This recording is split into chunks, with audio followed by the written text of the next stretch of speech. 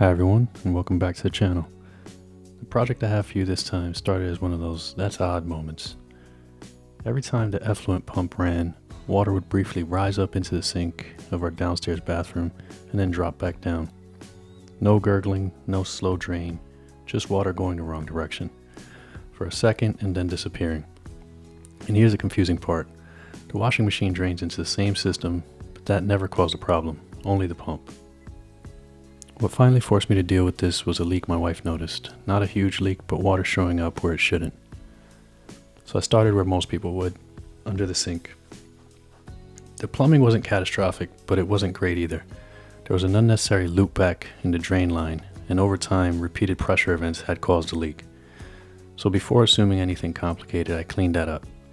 I shortened the tailpiece, removed the loop, and rebuilt the drain the way it should have been.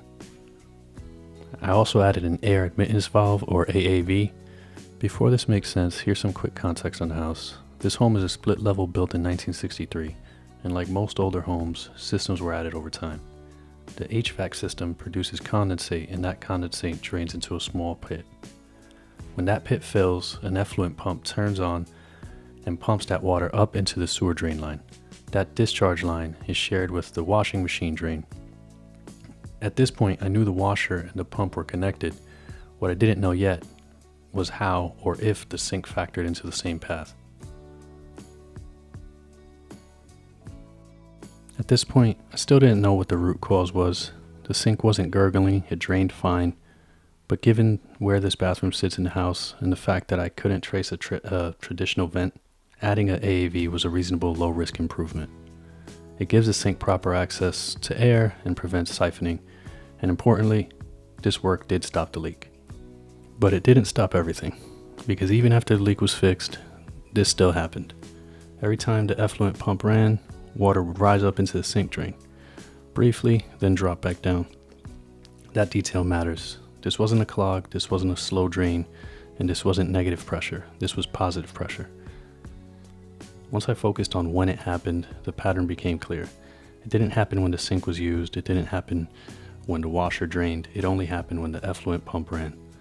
At that point, I still didn't know how the sink was being affected, only when. And that's what pushed me to look deeper.